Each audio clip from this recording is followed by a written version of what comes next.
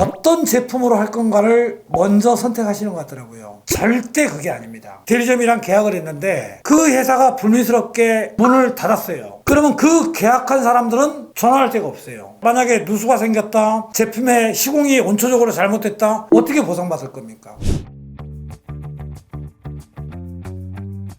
안녕하세요. 정직한놈의 박대수입니다. 이번 영상은요, 창호 교체를 앞두고 계신 분들은 이 영상을 꼭 보셔야 될 것 같습니다. 창호 교체를 제가 직접 계약을 다니고 소비자가 원하는 내용을 들어보고 모르고 계시는 내용들을 정리해드리기 위해서 제가 이 영상을 준비했는데요. 소비자들과 이렇게 상담을 해보면요, 어떤 제품으로 할 건가를 먼저 선택하시는 것 같더라고요. 절대 그게 아닙니다. 어떤 제품으로 할 건가 선택하는 것보다 더 중요한 게 뭐냐면은 업체가 어떤 업체인가. 무슨 얘기냐면요, 모 대기업 제품으로 계약을 해서 그 제품으로 만약에 하신다 그러면은 대기업이랑 계약을 하면은 더없이 좋죠. 그런데 브랜드의 대리점은 그 원자재를 대기업에서 받아다가 프로파일을 용접해서 유리공장에서 유리를 받아다가 문짝에 끼워서 시공을 하게 되거든요. 소비자는 누구랑 계약을 하느냐, 그게 중요합니다. 만약에 제품에 대한 불량, 시공에 대한 불량, 불만족이 있었을 때 내가 누구하고 이해관계가 있죠? 계약한 업체하고 이해관계가 있는 거거든요. 내가 따질 수 있는 거는 사인한 계약자한테 AS라든지 잘못된 거를 추궁을 하고 보상을 받을 수 있는 겁니다.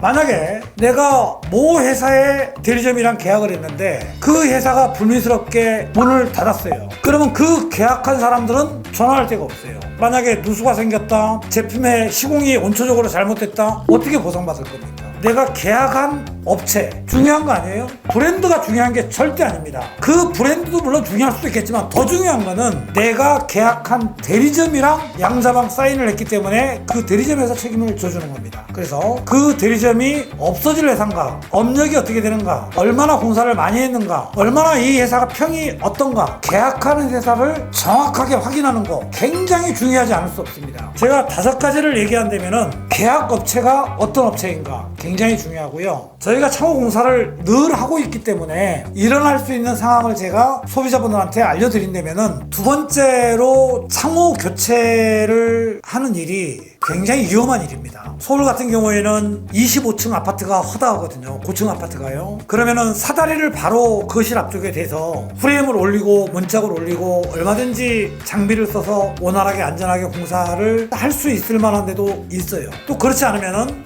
장비를 써서 문짝을 올려야 된다든지, 또 철거를 하다 보면은 이물질이라든지 클랙감 부분이 떨어져서 밑으로 인명피해가 날 수 있는 상황도 벌어질 수 있는 거고요. 창호 공사는 B2C 같은 경우에는 공사를 의뢰한 측이 집주인이잖아요. 그럼 우리 집을 공사하다가 만약에 인사적인 불미스러운 사고가 났었을 때 그 회사가 대처할 수 있는 능력이 있는 업체인가, 생산물 배상 책임 보험에 가입이 돼 있는 업체인지 최소한도로 그 정도는 확인을 해야 되지 않을까요? 창호 면허가 있는 업체인가, 건설업협회 등록이 돼 있는 업체인가, 국가에서 인정하는 그런 업체인지 따져볼 필요가 굉장히 중요하다고 생각이 됩니다. 창호 교체는요, 굉장히 위험한 일이거든요. 안전에 심혈을 기울여서 공사를 해야 되기 때문에 모르잖아요. 사람의 일이라는 거는 보험에 가입이 돼 있는지 건설협회 등록이 돼 있는 업체인지 꼭 따져봐야 될 것 같습니다. 그 다음에 세 번째로는 창호 공사를 하다 보면은 무수한 일들이 많이 있어요. 만약에 공사를 진행하고 있는 과정에서 실수로 인해서 제품이 잘못됐어요. 실측 오류로 인해서 약간 잘못 제작이 됐습니다. 그러면 B2C 같은 경우에는 살고 있는 집을 교체하는 경우가 굉장히 많이 있거든요. 그러면은 교체하다가 만약에 제품이 잘못됐으면은 바로 다시 만들어서 시공을 해야 되는데, 자기 공장이 없을 경우에는 프리랜서로 내가 이 집에 영업을 해서 공사를 해주기로 했어요. 그러면 공장이 바빠요.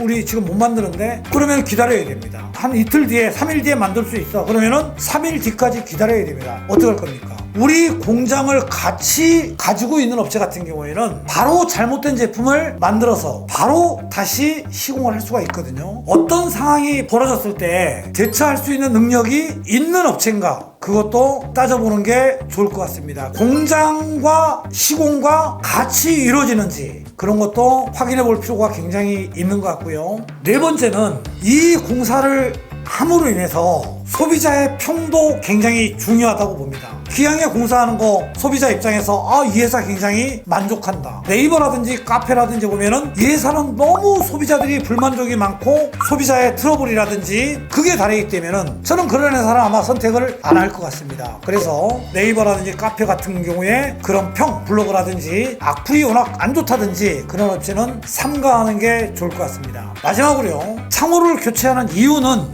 여름에는 시원하게, 겨울에는 따뜻하게 삶의 질을 개선하고요, 태풍에도 흔들리지 않고 바람이 덜 들어오게끔. 옛날에는 그런 걸 별로 따지지 않았습니다. 창호 교체하면 그냥 느낌으로만 야 좋구나 이랬지만 지금은 과학적으로 창호에는 열 관리율이라는 게 있거든요. 그거를 확인을 안 한다는 거는 창호를 교체할 의미가 없는 거죠. 창호를 교체하는 이유는 얼마나 열 관리율이 좋은 제품으로 교체를 해야 되는가, 에너지 효율이 좋은 창호로, 기밀 성능이 조금이라도 더 좋은 제품으로 교체하고자 하는 게 중요한 내용 아니겠습니까? 그래서 창호 교체를 앞두고 계신 분들은 열 관리율과 기밀 성능을 안 따져보고 교체하시는 분들은 굉장히 후회를 하셔야 될 것 같습니다. 이 영상이 창호 교체에 있어서 정말로 필요한 내용이었다고 생각하시면 구독과 좋아요를 꼭 눌러주시고, 창호 교체를 앞두고 계신 분들은 이 영상을 꼭 공유를 하셨으면 좋을 것 같습니다. 여기까지 정직한 도움의 박대수입니다. 감사합니다.